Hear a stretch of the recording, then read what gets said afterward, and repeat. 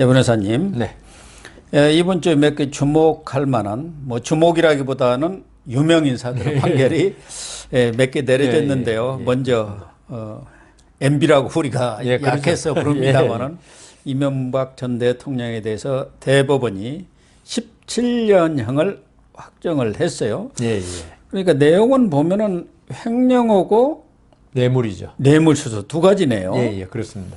근데 그동안 뭐 재판만 해도 2년이 넘게 지금 진행이 돼 왔지 않습니까? 네. 그러니까 대법원에서는 이명박 전 대통령 측에서는 다스는 내 거가 아니다. 네, 그렇죠. 그렇게 꾸준히 주장해왔는데 다스는 실소유주는 바로 MB라는 것이고 그동안 뇌물수수에 대해서도 아주 상당히 강하게 그 반론을 제기를 했던 것 같은데 그런 것들이 전혀 지금 안 받아들여진 거죠. 예, 고등법원에서 이제 결국 이 사건의 쟁점은 다스가 누구 거냐. 그게 쟁점이었어요. 왜냐하면 다스의 돈을 230억인가요? 그걸 횡령했다는 거고 또 다스가 미국에 소송을 했는데 삼성한테 소송 비용 90억인가요? 94억입니다. 94억을 받았다는 거예요. 다스가 이명박 전 대통령 거라면은 그 소송 비용을 사기업한테 받으면 안 되죠. 그렇죠. 그러니까 그것도 뇌물이 되는 거고. 그 다음 다스가 내 소유인데 내가 보관하고 있는 사실 대표나 이 대표이사가 회사 돈을 보관하고 있다 쓰면 횡령이 되거든요. 그러니까 다스가 내 거면은 그 대표 그 내 거로서 실제 오너로서 그 돈을 보관하고 있다 쓰면 횡령이 되지 않겠습니까? 230억인가 되는데요. 241억 8천만 원이네요. 비자금만 그러니까 해도. 결국은 이 두 죄가 모두 다스가 누구 거냐가 제일 쟁점이에요. 그래 다스가 누구 거냐 가지고 진짜 그 2007년인가요? 박근혜 전 대통령이 경선할 때부터 다스가 누구 거냐가 문제였는데 그 무려 13년이 흐르고 이명박 거다. 이 결론이 났는데 결국 그러니까 다스가 이명박 대통령 거니까 그 돈을 횡령한 거 그것도 뭐 횡령이 그대로 인정되는 거고 그다음 뇌물 90 소송 비용 받은 것도 그것도 뇌물이죠. 뇌물 그걸 이제 우리는 특가법이라 그래요. 금액이 5억 이상 5천만 원 이상 이게 금액이 구간이 나누어져 있는데 90 몇 억이면 이거는 뭐 특가법의 뇌물의 최고 액수거든요. 그러니까 그걸 갖다가 이명박 대통령이 뇌물로 받은 거다. 그게 이제 고등법원에서 확정했는데 대법원에 가더라도 뭐 이명박 대통령 상고했겠죠. 근데 고등법원은 우리가 이재명 지사 이런 거 사건 할 때 대법원은 사실관계를 안 건드린다 그러잖아요. 그래 이게 이명박 전 대통령이 사실관계 안 건드려요. 어떤 사람은 건드리고 어떤 사람은 안 건드리는데 이번에 안 건드리는 쪽에 속한 거예요, 줄을. 그래가지고 확정되니까 이제 됐고 지금 불구속 상태였어요. 집행정지. 그렇죠. 아프다 그래가지고. 그래가지고 그걸 계속 그 지금 12월까지 구속 집행을 정지시켜줬어요. 지금은 이제 뭐 도주할 우려가 있어서 구속이 아니고 이제는 형 집행으로서의 구속이거든요. 그렇게 되겠네요. 그게 이제 12월까지 연기시켜줬는데 뭐 지병이 계속될지 그다음에 이제 12월 지나면 아마 그 지금 동부구치소에서 있다가 그 보통 형이 확정되면 전국에 교도소가 여러 군데 있거든요. 그러니까 죄질에 따라서 전국 교도소가 달라집니다. 본인은 이제 동부 구치소로 가겠다고 그렇게 해서 아마 그건 좀 양해를 한 것 이번에 같은데요. 동부 구치소는 딴 사람이 갔던 것 같은데요. 김학의 씨도 본인이 거기 가고 싶다고 해서 갔고. 병이 있다고 그랬던가 치료 시설이 있다고 그랬는데 이명박 대통령이 본래 동부에 있었어요.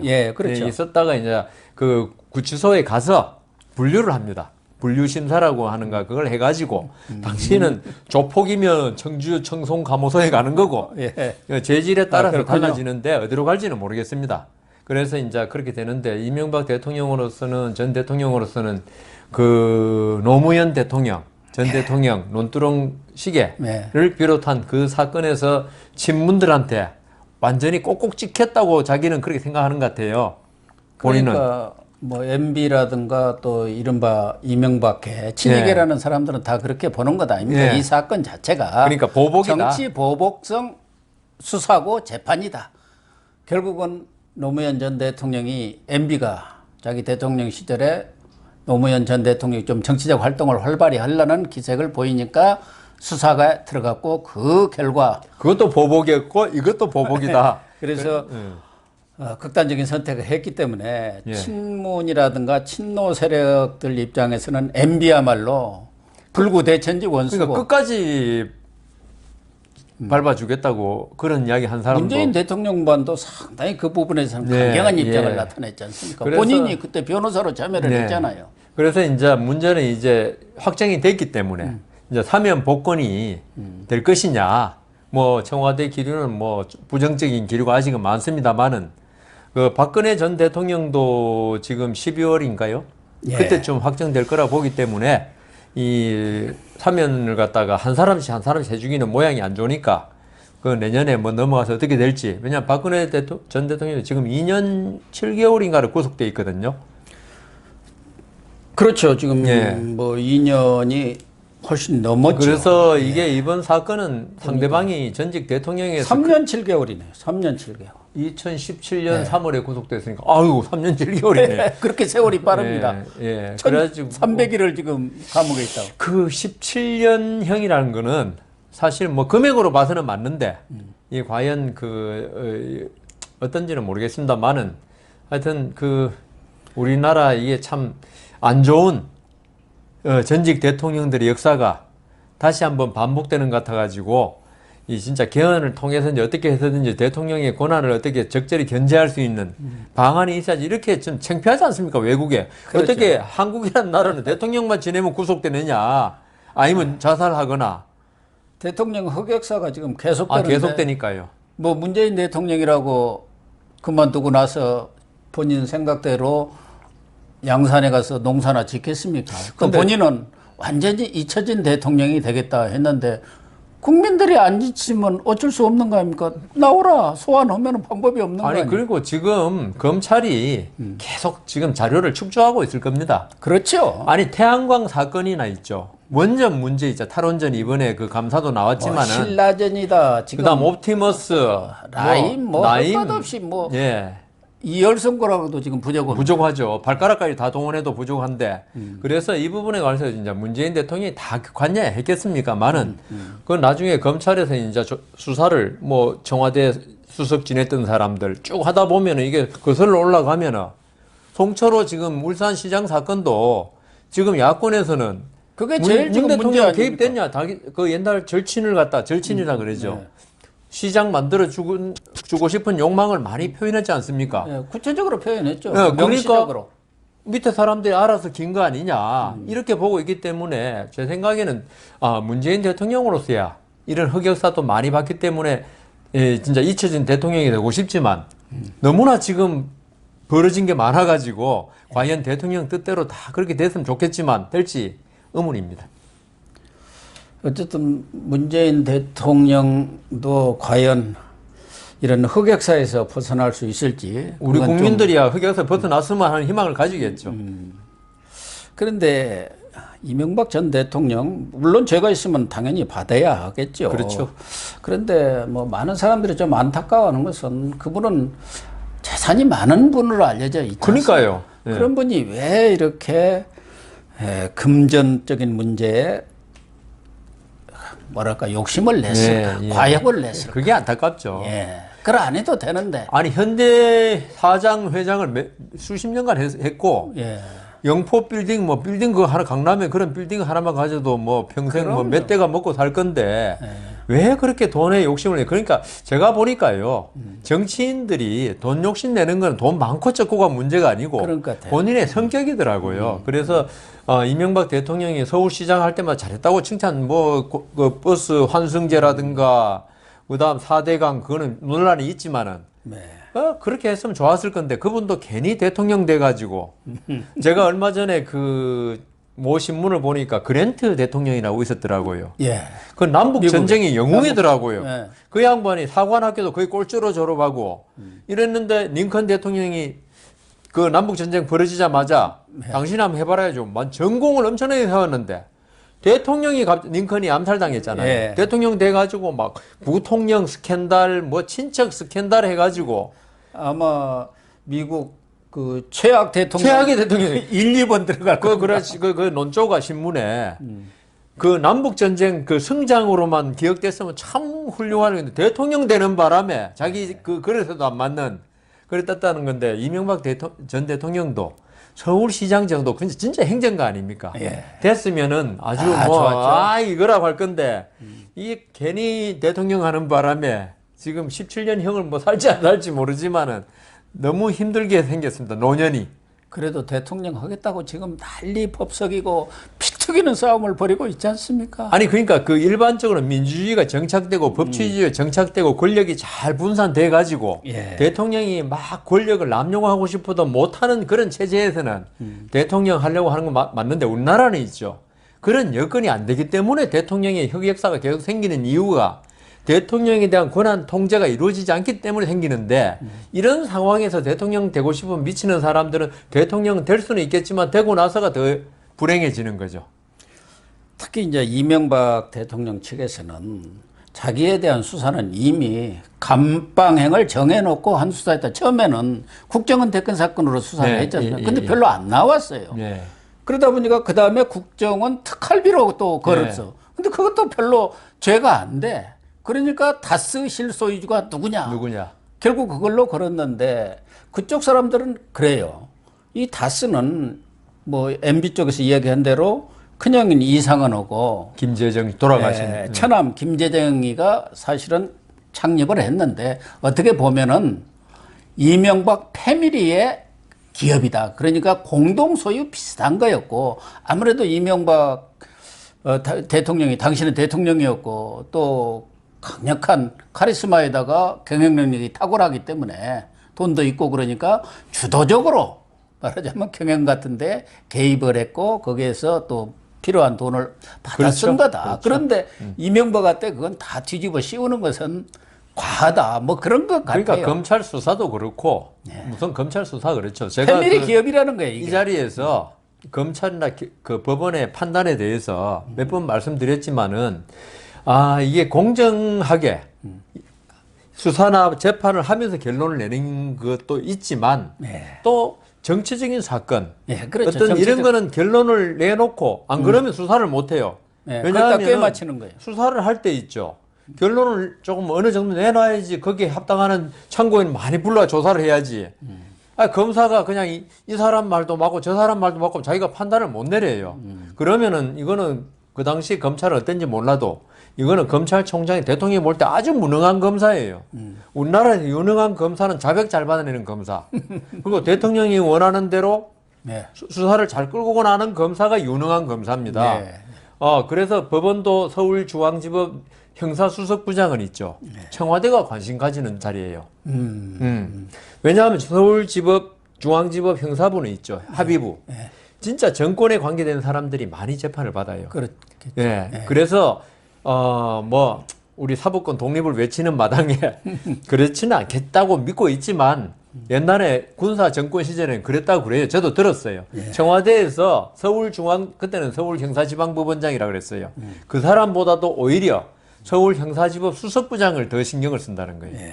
그 사람이 어떻게 저게 한다고 그래가지고 그래서 그런 전통이 있기 때문에 그런 흑역사가 사법부에 있기 때문에 이명박 대통령도 자기가 또 지은 죄라기보다도 자기가 한 일이 있잖아요. 아까 말씀드린 노무현 전 대통령에 대한 문제. 이 때문에 자기에 대한 수사 좀 전에 말씀하셨잖아요. 국정원 댓글 사건 안 되니까 이거. 그럼 보복으로 볼 수밖에 없는 거예요. 정해진 감방을 정해놓고 거기에 꽤 맞춘 거예요. 다스 이것도 있죠. 어떤 식으로 보내에 따라 완전히 달라질 수 있어요. 아니라고 보면 진짜 말씀대로 가족 기업이고 이명박은 뭐 기업 운영으로 오래 잔뼈가 굵은 사람이니까 조언도 해주고 그러면서 수고비를 좀 받고 형하고 친척 기업인데 돈 좀 받을 수 있잖아요. 생판 모르는 남의 기업도 아니고 그렇게 그리고 이제 삼성에서 다스가 이명박 대통령께 아니라 하더라도 아니 다 알고 있잖아요. 그게 패밀리 기업이라는 거. 그럼 삼성에서 이명박 전 대통령 잘 보이려고 미국 현지 법인에다가 소송 비용 좀 줘라. 뭐 옛날에는 좀 그랬잖아요. 정권은 잘 보이려고. 밑보여갖고 고생하는 사람이 많잖아요. 지금 뭐 고생하고 있는 사람 많잖아요. 재벌 중에. 정주영 회장이 YS한테 잘못병 그래가지고 대통령 나섰지 않습니까? 열받아갖고 대통령까지 나와버렸어요. 그러니까 그래서 그런 건데 이 부분에 관해서는 있죠. 제가 한 20번, 30번쯤 이야기한 것 같은데 판사가 판결문에 적은 게 진실은 아니다. 예. 진실하고 가까울 수는 있다. 그거는 판사가 자기가 생각한 증거에 의해서 이렇다고 이런 사실이 있다고 생각한다는 거지. 이게 하나님이 이거는 움직일 수 없는 진실이라고 말한 거 아니다. 그러니까 이명박 전 대통령이 다스 내 거 아니라고 하는 거.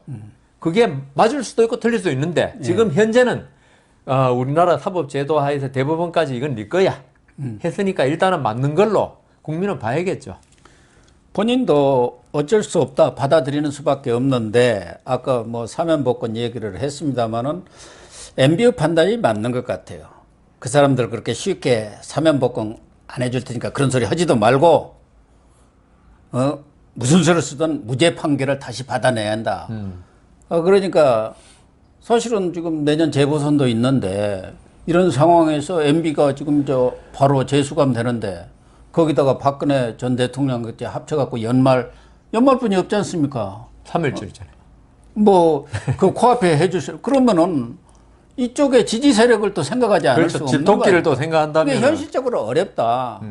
본인으로서 또 억울한 게 너무 많으니까 뭐 다시 무죄를 대법원에서 받는 방법이라는 게 뭡니까? 지금 재심밖에 재심분이 없잖아요. 근데 뭐 재심이 되겠습니까? 더군다나 이런 단 하나 국회에서. 있다면은 지금 그 다스의 내부자가 그게 이명박 대통령 거라고 증언한 사람이 있을 겁니다. 누군지는 모르겠지만. 그게 이제 제일 크게 많이 예, 작용했잖아요. 그게 이번에 많이 작용했더라고. 그 사람이 어떻게 변심을 해가지고 예. 내가 위증했다. 권력이 나한테 자꾸 그거는 재심 사유가 돼요. 압력을 넣어갖고 예. 내가 할 수 없이 뭐 그렇게 어떻게 했다. 될지 모르지만 그거 외에는 정권이 바뀌면 또 모르지 않습니까? 정권 바뀌어 그 사람이 다시 양심선언을 하면 모르겠죠. 그러니까요. 예, 그런 그럼 경우 재심할 수 있는 많잖아요. 거죠. 예. 정권 바뀌어가지고 완전히 180도 달라. 그런 경우 뭐 많으니까요. 양심 선언하는 예. 사람들이 있으니까요. 이거는 뭐 이명박 전 대통령의 어떤 그 뇌물 사건이라고 볼 수 있지만은 기본적으로 정치적인 사건 아닙니까? 정치 사건이죠. 예, 예. 그런데 사실은 노태우 또 전두환 이런 사람들도 한 2년여뿐이 안 살았거든요. 그렇죠. 3.1복권. 그때 김대중 전 대통령이 당선이 되면서 국민 화합 차원에서 당시 대통령이 이제 임기 말에 있는 YS였습니다만 건의해갖고 사면복권을 시켰는데 지금 현재 형대로 다 살면은 MB 같은 경우는 몇 살이죠? 80. 지금 80입니까? 예. 그럼 97세에 나오는. 평생 이제 90 감옥에 있는 거죠.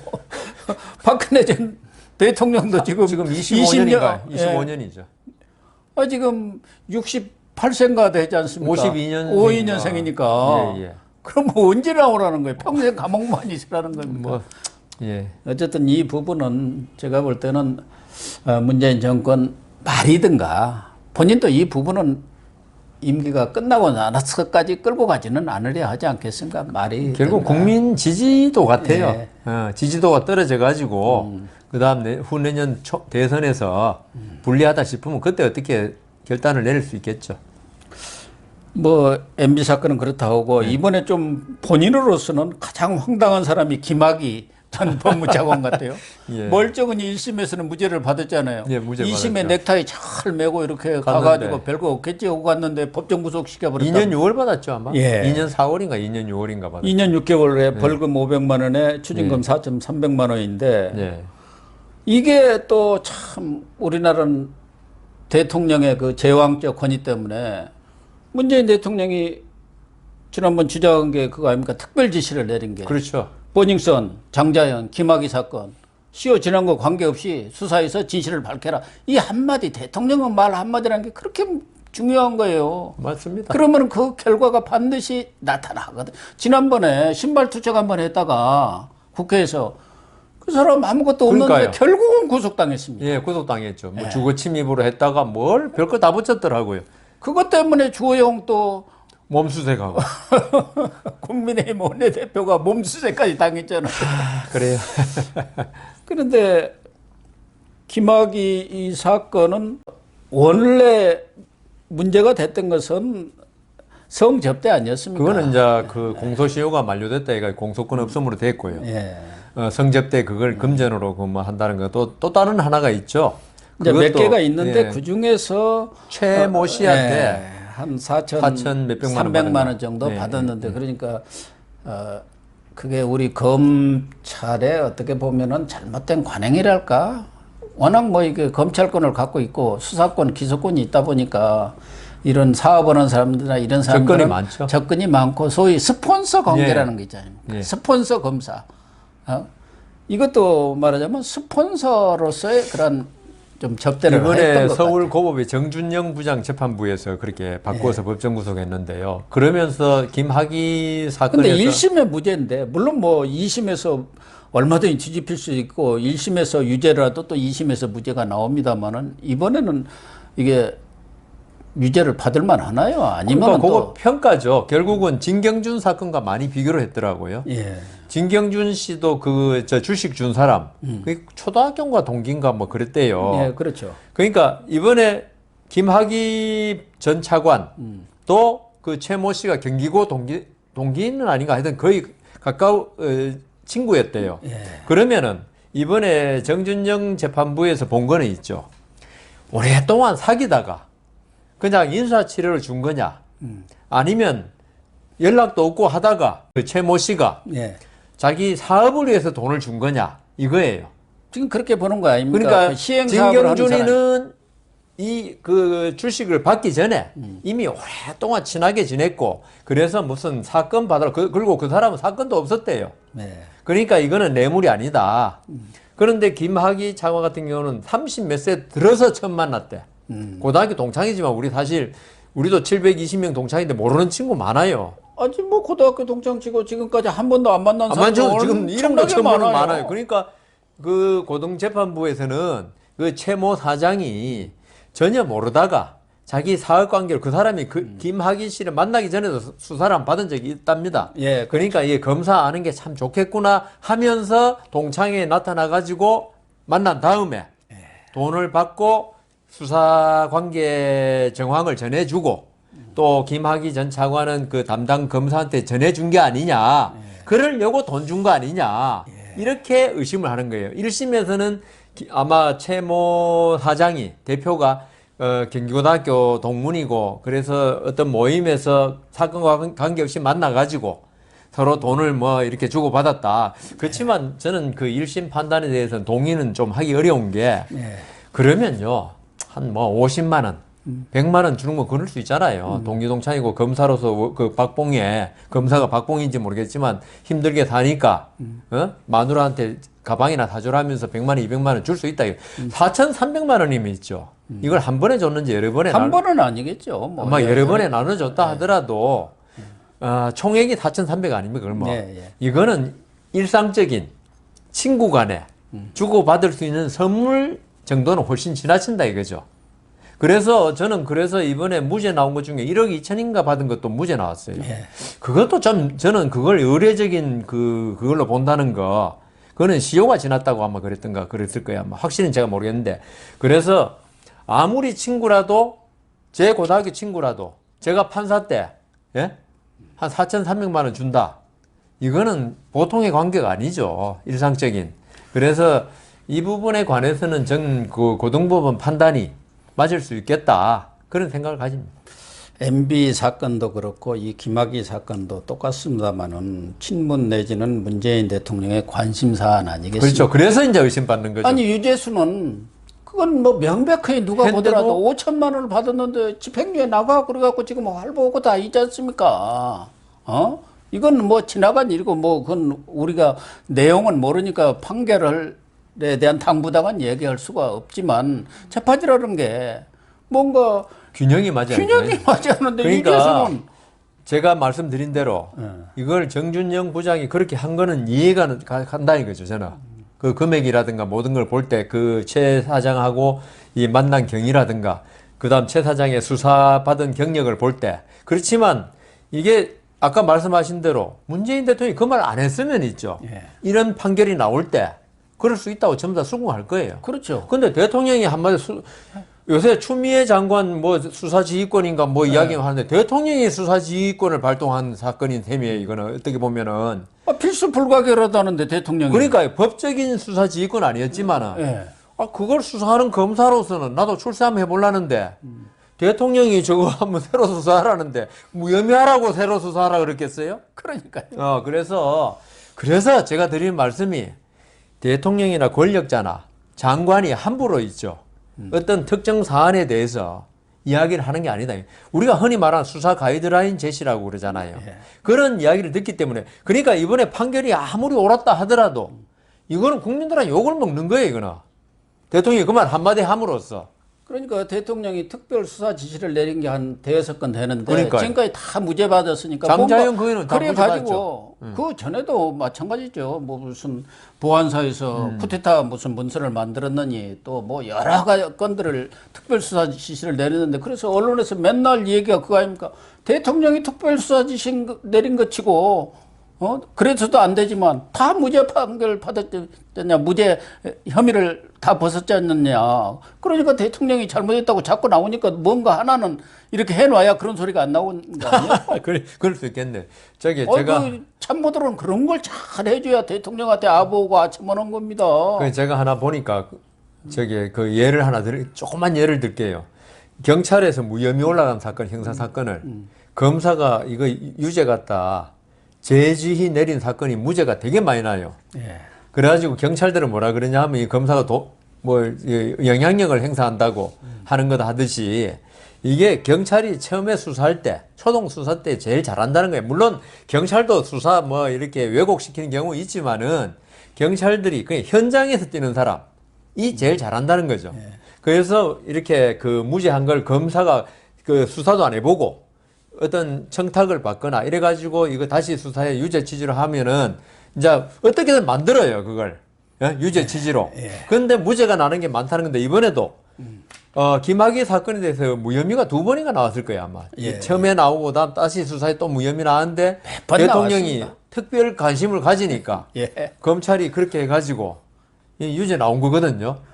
그래서 이게 저는 대통령이나 장관이나 간에 법무장관이나 간에 좀 이 검찰 수사에 대해서 관여 좀 안 했으면 좋겠다.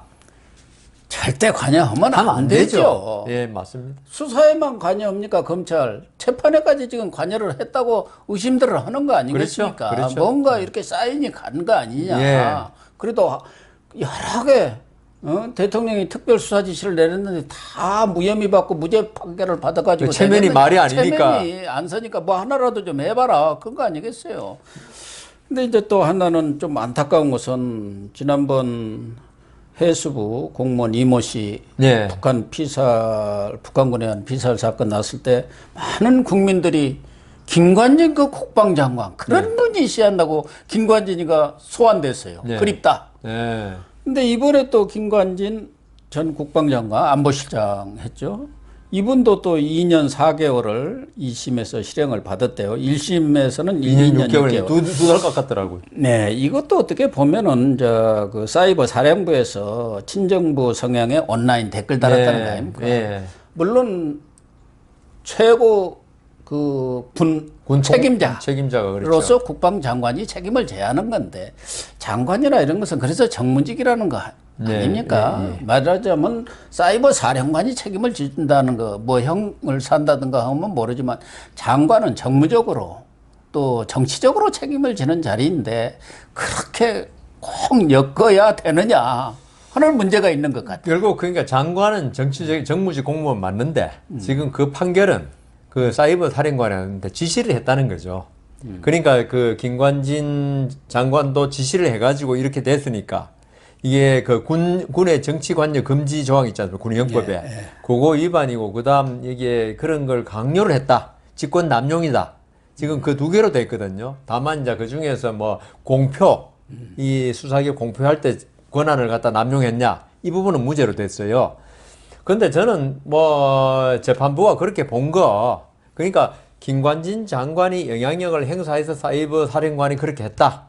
이건데 그게 이제 사이버 사령관이 자기 독자적인 판단에서 했으면은 김관진 장관이 못하겠지만은 지금 재판부에서 김관진 장관이 관여된 걸로 보는 거거든요.